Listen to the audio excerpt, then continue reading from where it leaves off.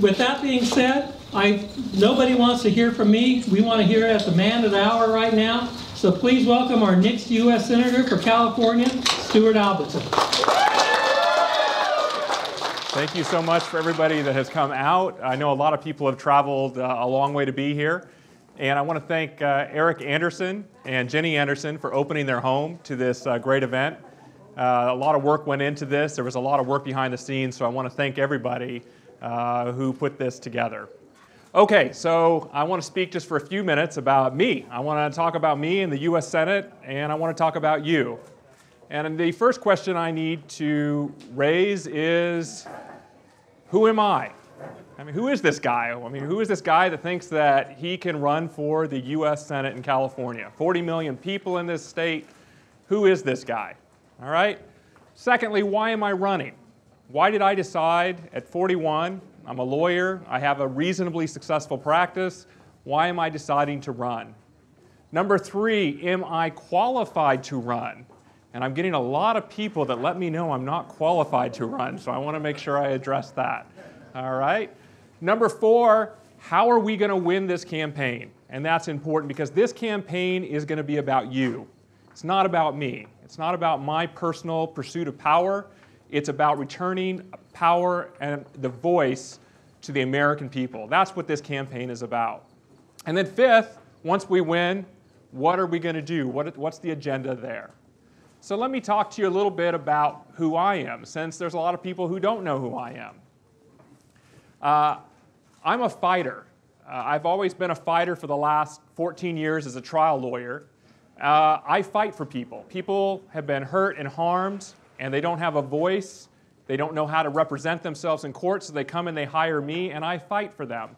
I fight big companies and big corporations who refuse to accept responsibility for the harms that they've done to these people. And that's my job. And so I fight every day for people. It wasn't always that way. When I was a young kid, 7 years of age, my parents decided to move from Portland, Oregon, down to Southern California here. And they brought me down, and I started third grade at a school. And something happened in my life in third grade. All of a sudden, I had gone from having friends in second grade and first grade up in Portland to people pointing at me and people laughing and people calling me names.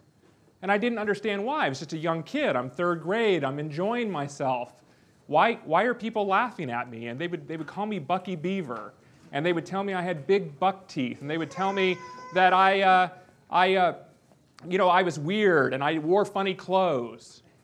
And so this happened from third grade all the way up through junior high. And I didn't understand why. I mean, there was a couple people that were nice to me now and then. That always felt good. But for the most part, I didn't fit in. And I didn't have the capacity to understand. I didn't have the tools to fix that. The watershed moment for me happened in 8th grade. And I don't share this story. I've shared it more in the last 2 weeks than I have in my entire life because of my good friend, Lorraine Thomas. Lorraine is here tonight. And Lorraine asked me, Stewart, why do you fight? Why do you fight so hard? Why do you take something on and you just don't give up? And I gave her the same answer I always gave. Well, I like to win, and I like to help people. And she goes, no, I want to know why you fight. Why is it that you get in and go after people? And so I started telling her a story, and I got choked up. So then I thought it was such a good idea, after I told her the story, I decided to tell my entire law firm this same story 2 days later. And so I started telling the law firm, all my employees, and I got through the first sentence, and I couldn't speak. I was opening my mouth, and I couldn't speak, because I was telling this very, very painful moment in my life that happened in 8th grade. And I've shared it 3 times, and I will share it one more time, and I don't know if I'm going to share it anymore after that, but I want people to understand why I am who I am today, why I am a fighter, and why I advocate so hard on behalf of the people that I fight for. So there I was in 8th grade. I was bullied a lot from 3rd to 8th grade. And our PE coaches told us that we had to take showers in the open bay at La Sierra Academy. And so I'd never been naked in front of other kids, but I thought, well, what the heck? I mean, other kids are taking showers. I'm supposed to take a shower. So, of course, stripped down, got into the shower. And one of the kids that had bullied me during my entire time I was in school, he decided that he was going to get a couple other friends, and they were going to pick me up and take me outside. And they were going to throw me out there, and then close the door so I couldn't get back in. So they did that. So I didn't have anything on. I was naked. I was standing outside. To add insult to injury, they went and called a bunch of other kids over that were outside.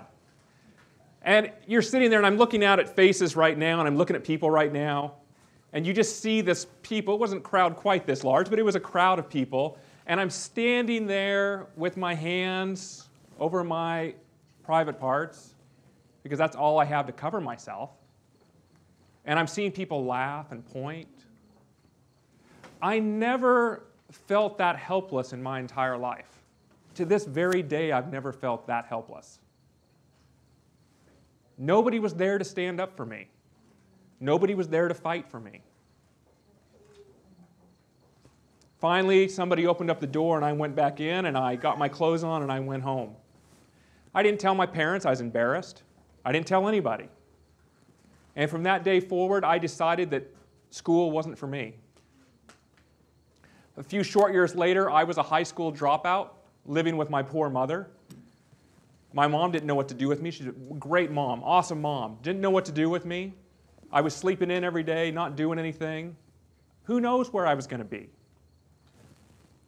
One day, I was driving down the road at 17 years of age, and off to my right-hand corner, I saw a sign that said, Armed Forces Recruiting.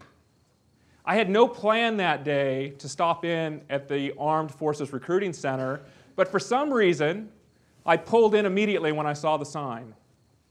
And I went in and I made the best decision that I'd ever made in my life. I walked in at 17 years of age and I told an Army recruiter, I want to join the Army. Army recruiter said, well, what high school did we meet you at? You didn't meet me at high school. I'm just here to join the Army. Well, who has called you and contacted you from the Army? Nobody. I just want to join the Army. He said, son, let me get this straight. No one's contacted you. You came in this office and you want to join the U.S. Army? And I said, yes, sir. He said, have a seat. Best decision I ever made.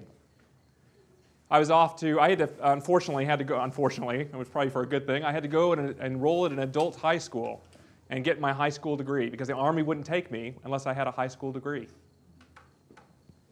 I went to basic training, an angry young man, angry at the world, low self-esteem, didn't believe in myself. 12 weeks later, my mom came to my basic training graduation and she said she couldn't recognize me. She said, you have sparkle in your eye that I haven't seen in years, Stewart. The Army broke me down like it did all the other kids that joined at 18 years of age, and they shaved your head so you looked the same like everybody else, and they put you in a uniform so you looked the same. They took your identity away. For me, that was a pretty bad identity. And they break you down, and then they build you up into the soldier that they want you to be. And I realized in basic training about halfway through, I was athletic. You know, I was always picked last in high school for all of the sports, right? But I actually was athletic. I did well. When people gave me a project or something to fight for, I did well. I started competing and doing well on the runs and on those types of things. And so shortly I was sent to my first duty station 1 year over in South Korea. It took a little time to adjust to the cold weather in Korea, but I found in Korea that I said to myself when I got there, I am going to make this the best experience of my life at 18 years of age. And I worked hard. I looked at other leaders and I saw how they led, and I tried to follow their example. I learned about personal responsibility and being responsible for yourself and the actions that you choose to make. I learned about teamwork and how you have to learn to work with people even if you may not get along with them at all times. And I saw some fine leadership. I still remember the statements, guys, there's things worth fighting for. There are things you have to fight for even if it seems like you can't win. I was then sent to the 82nd Airborne Division, which I was thrilled about because I was going to be a paratrooper. I was going to jump out of airplanes for a living. And I did that for 2 years at Fort Bragg, North Carolina. And I saw there at Fort Bragg some of the finest leadership of my entire life. I still remember the leaders that led me there, and I still remember their statements. Guys, men, there's things that are worth fighting for. From the military, I went to Southwestern Adventist University, and I'm so honored to be talking today in front of the former president of Southwestern Adventist University, Marvin Anderson. And Marvin Anderson was there. Marvin, raise your hand so everybody can see you. There he is. I remember this man, Dr. Anderson, came out on the stage my freshman year, and I was in awe of this man. He talked to us about what he was going to do with us in the years we were there at Southwestern, how he was going to take us and make us better people. And I remember sitting there thinking, if I could only speak like Dr. Anderson, if I could only be like Dr. Anderson, he's got everything so put together. Thank you for that, Dr. Anderson. Thank you. After my 4 years in college and several times banging on Dr. Anderson's door at his house, unannounced, asking him about, what about law school? What about law school? I was off to law school. I finished up law school, and I did 1 year in Georgetown after that, in Washington, D.C. One of my good friends, Lorraine Thomas, she's here. She's on my committee. Lorraine, raise your hand for everyone. She's a little shyer than I am. The funny thing is, Lorraine and I were at Georgetown together, in classes together, and we didn't know each other at that time. All right? And now we end up being very good friends. All right? I finished up my education, and I came back home to California. And I hung out a shingle, and I started practicing law. And I took the same fighting spirit that I had learned in the military, and I started fighting for my clients. And I saw my clients, these were all hardworking people that had the unfortunate lot in life to be harmed or hurt by someone else. And they didn't have the tools or the voice to stand up for themselves. And I remembered that little boy in 8th grade standing outside, covering himself with his hands, helpless. Nobody there to stand up and fight for him. And it made me angry. And so I started fighting for my clients. My paralegal is here tonight, and I'm so honored she's here because she doesn't have to be here. Heather, raise your hand for everybody. There you are. She helps me day in and day out in my fight for our clients. And I fought for my clients hard because I know they deserve a voice. They deserve representation. And that brings me here to where I'm at today. Why am I running? I'm running because I want to give the people of California a voice. I want to give them a voice in the Senate. I want to give them a voice that they haven't had in years, someone advocating on their behalf, fighting for them, not for some corporate interest that gave them a lot of money at one time. I want to fight for them to create a level playing field where every single person here, every single person in this state, every single person in this country has an opportunity to be successful. That's all people want.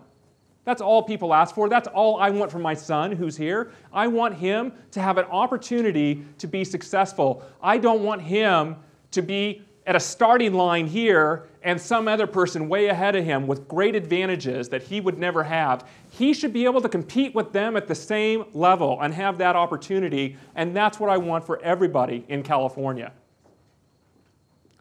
I want to fight for an economy that's sustainable. And it's sustainable for all, and it's also a shared prosperity. Now, I'm going to get told that I'm a leftist and I'm a socialist and this and that. You can whoever wants to characterize me, feel free to do that. But I can say that people have been left behind in this recovery. I don't think that's a secret. Everybody standing out here tonight, unless you're a multimillionaire or billionaire, you've been left behind. And people are not standing up and fighting for you, and we need someone to go to the Senate. We need people to go to the House. We need people to go into the executive office and fight for the people that are here. So that's a little bit about who I am, why I'm running. Am I qualified to run? And this is what I get from many of my lawyer friends. They're not really my friends, they're my acquaintances that don't know much about me, and they tell me, Stewart, you're not qualified. How is it that you can run for the U.S. Senate? I'm not sure I want to be qualified to run for the U.S. Senate. I'm not sure that I want to go through a system where I have to learn to get donors that are worth a lot of money to give to me with the idea, not corruption in the sense they give me money and I give them legislation, but when they ask for a favor, that I do that favor for them. And that's what we have in Washington, D.C. right now.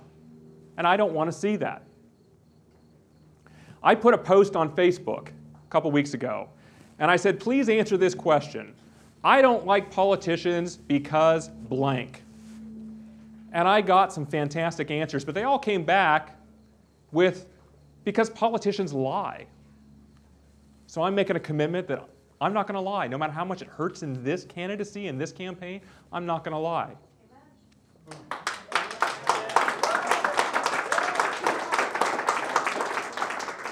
If someone asks me a question, brace yourself, because I'm going to tell you the answer. So don't ask me unless you really want to know, because I will tell the truth about how I feel about that.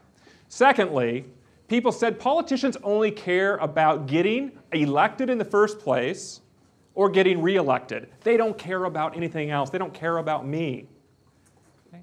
And I can promise you that if I get elected to this office, I'm going to make a whole lot of people in Washington upset, but I'm not going to make anybody here upset. I hope I make every single one of you proud, because I'm going to stand up for the people of California, not for the corporate interests that buy election after election. I'm going to fight for every single one of you. I can promise you that.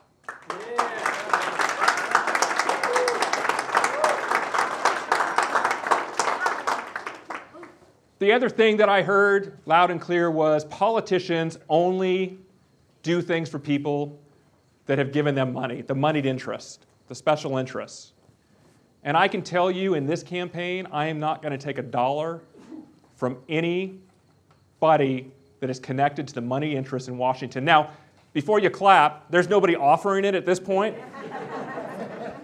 But I can promise you, if they do offer it, I will not take it, because I want to have a clear conscience when I vote, a clear conscience when I advocate on behalf of the people of California, and I want to know that I'm making the right decision every time I'm there fighting for each and every single one of you and myself. Now, the qualifications still comes back to, but you've never held public office, Stewart. Why don't you go and be a city councilman and then go be a supervisor and then go to the assembly, and then you can go to the Senate? And I said, I don't want to be corrupted by that system. I want to go and I want to fight for people and I want a clean conscience while I do it. There's one senator right now, you may agree with her, you may disagree with her. Her name is Senator Elizabeth Warren. She has, and I love Senator Warren, I wish she had not come out and endorsed someone else so quickly in this race, but I love her because she owes nothing to anyone other than the people she represents, and she fights for them every single day. And that's what I want to do for everyone in California as well. Okay, so you know a little bit more about me, maybe a little more than you wanted to know about me and the locker room experience. It probably explains to some of you why I'm so difficult sometimes. You know that why I'm running. You know that I believe I'm qualified to run because you will never have to guess where I stand on the issues. I will stand with the people of California, the overwhelming majority of people of California.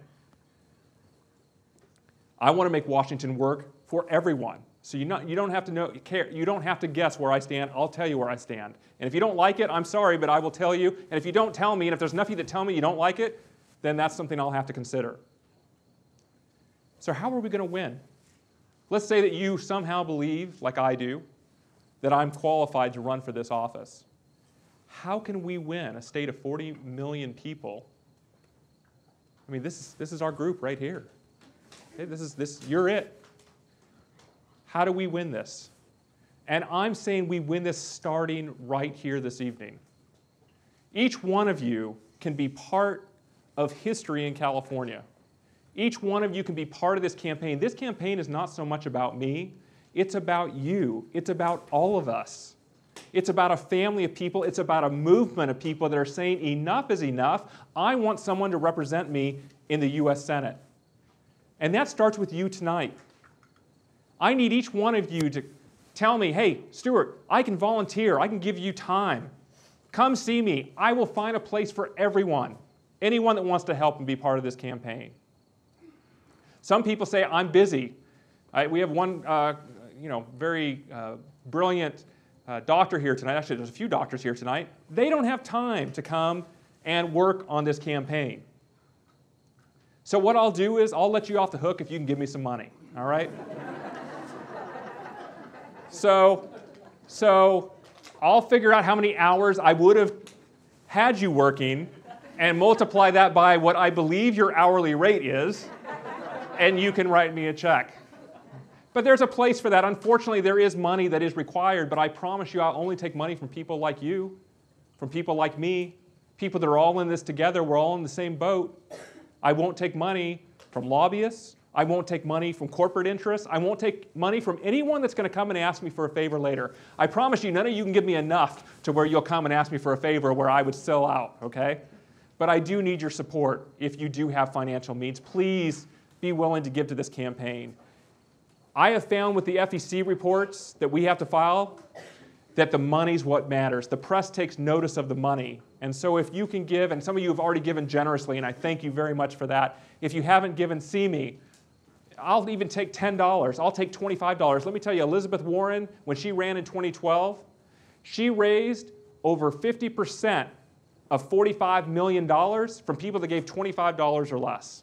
So don't think that you can't give because you're a student.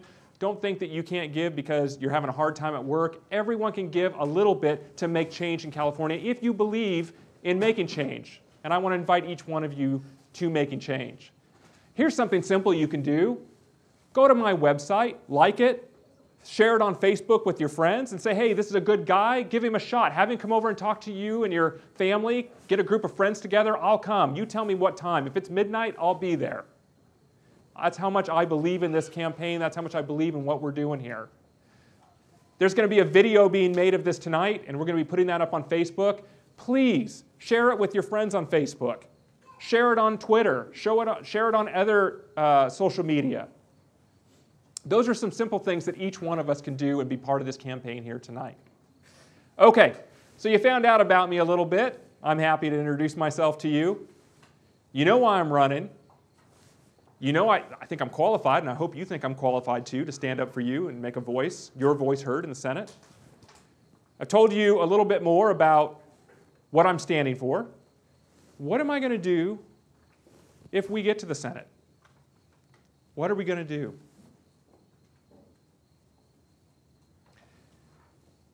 I want to talk to you just briefly about 15 years ago.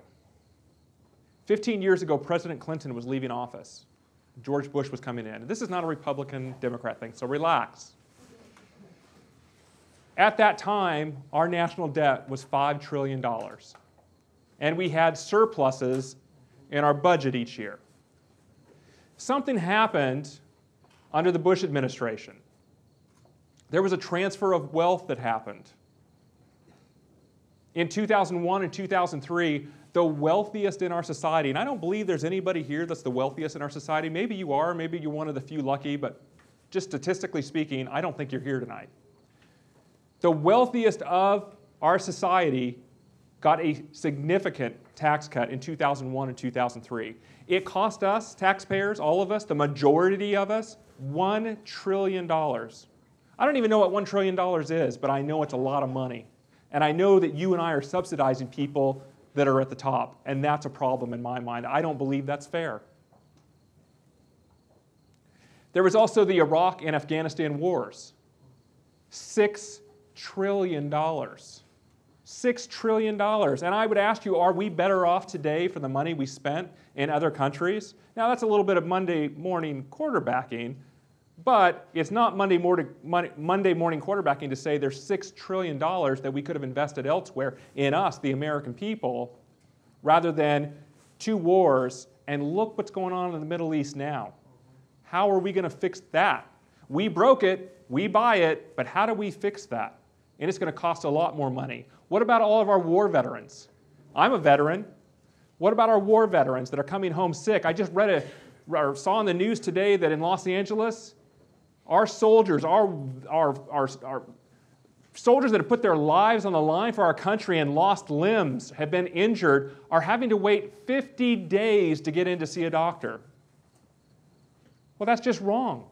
That's just wrong. We need to put resources into making sure that our war veterans get access to good quality health care. Now, there's one other thing that happened at the end of the Bush administration, and that happened to every single one of you that's sitting here. We lost collectively $16 trillion in wealth. Again, these numbers are so big, I don't even know what to make of them, but I do know this. I do know that we're going to be paying for this for many years into the future. You, me, our children. $16 trillion of loss. Now, some of that's come back just because property values have moved back up, thankfully, for some of us. Hopefully, some of you have seen that happen with your own homes. But we have a lot more that we can be doing for average, hard-working American people.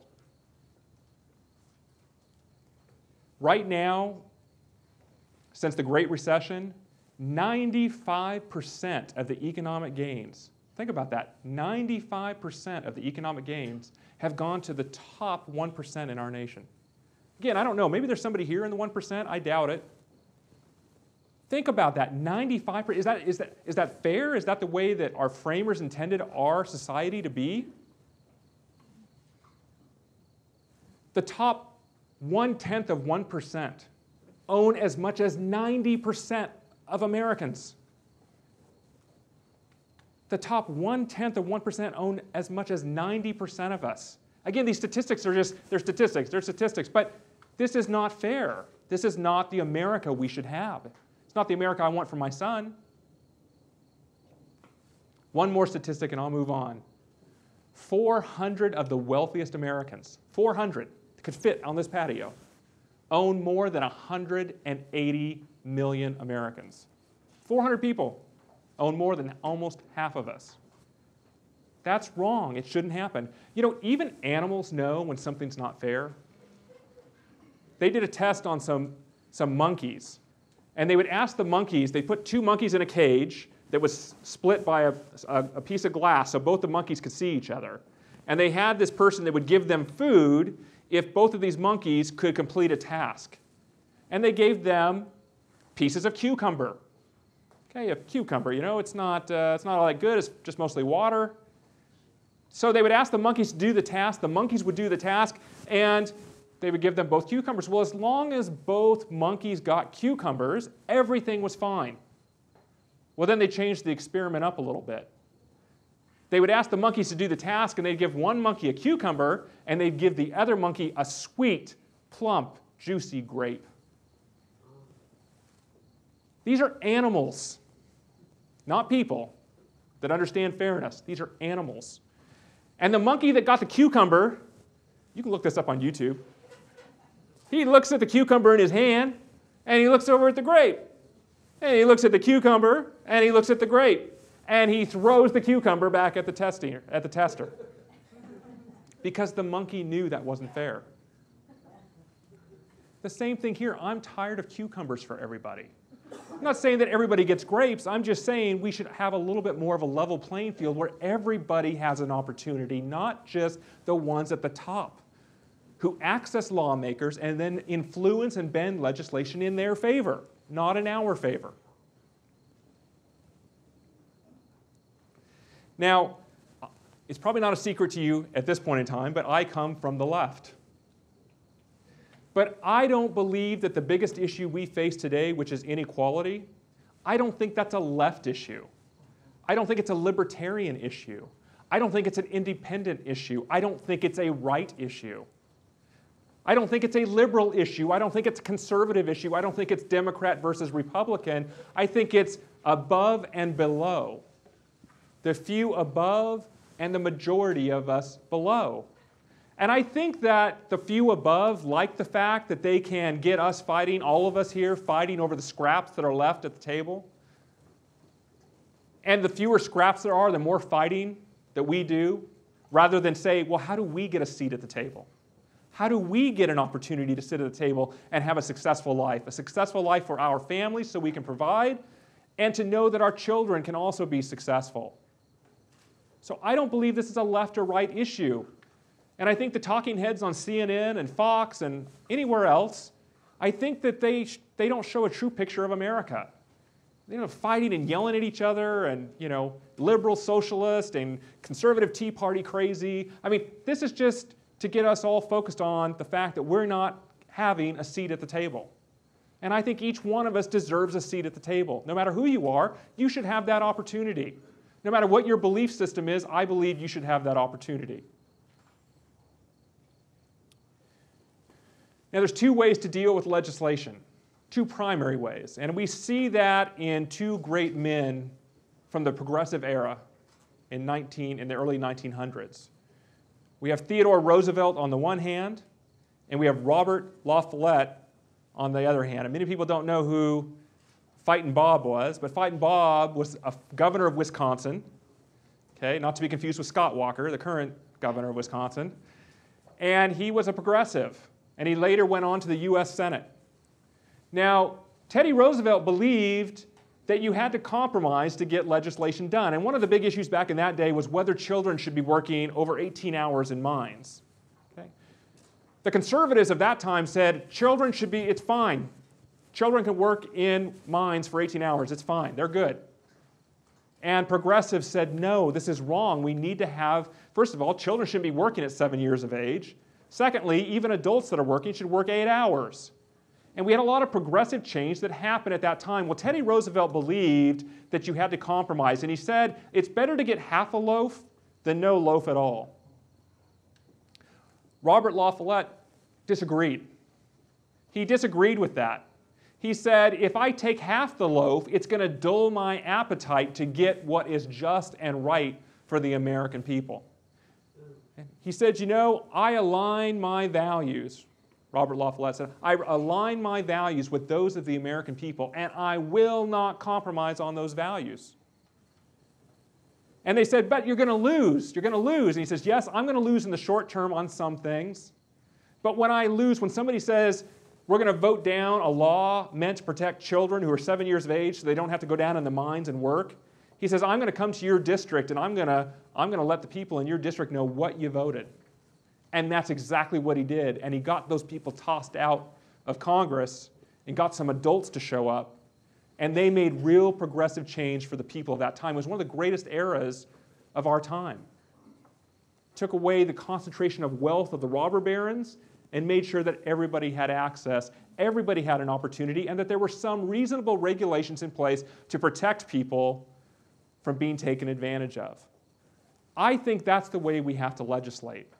I think Republicans have been doing that for the last 8 years, and I applaud them for their ability to stand firm and sell a very good message to people. But Democrats and progressives need to stand up, and we need to not waffle, we need to be unapologetic, and we need to say we stand for people. We stand for people who are hurting. We stand for people that have lost, and it's time that they're included in this recovery. Now, I've got friends that I've asked to be here tonight, and I know they're Republicans. And I hope they're my friends as soon as this is over. But I need my friends on the Republican side. I need my friends on the independent side. I need my friends that are Democrats and progressives. I need you to join this movement. I need you to join this campaign. Everybody has a part. Everybody can do something. And I want to ask you to do that.